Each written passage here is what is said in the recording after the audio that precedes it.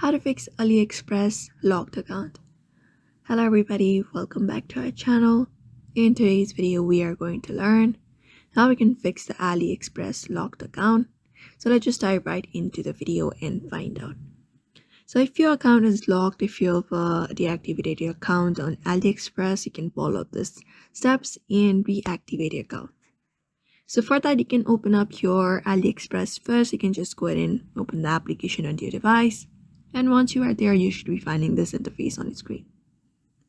So all you need to do is, at the bottom, you should be finding different options available. You can just go ahead and tap on this account tab in the bottom right corner of the screen. So once you are here, all you need to do is tap on the sign in or register option. You can find it on the screen. And all you need to do is submit the information about yours, the previous information when you used in order to create an account. So for example, if you have used Google, Facebook, Twitter, you can use that option if you want to reactivate an account. Otherwise, if you use the email address, you can type in the email address in the section and then continue with the process.